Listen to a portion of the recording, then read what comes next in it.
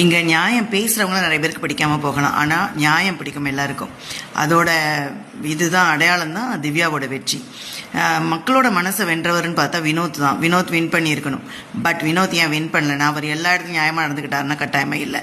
கமருதீன் வந்து பெண்களை தப்பாக பேசுகிறப்ப, அந்த வீட்டில் நியாயமே இல்லாமல் வார்த்தைகளை விட்டப்ப அவரை கண்டிச்சிருக்கலாம், ஒரு நல்ல நண்பனாக இருந்து வழி நடத்தியிருக்கலாம். எதுவுமே பண்ணலை வினோத்.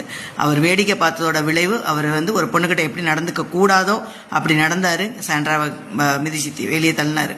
ஸோ அதுவும் தப்பு. சபரி வந்து தன் சம்பந்தப்பட்ட தன்மையில் அன்பு வச்ச பெண்களுக்காக நின்னாரே வழிய மற்ற எல்லா பெண்களுக்கும் நின்னாரா, எல்லா நியாயங்களுக்கும் நின்னாருன்னா இல்லை.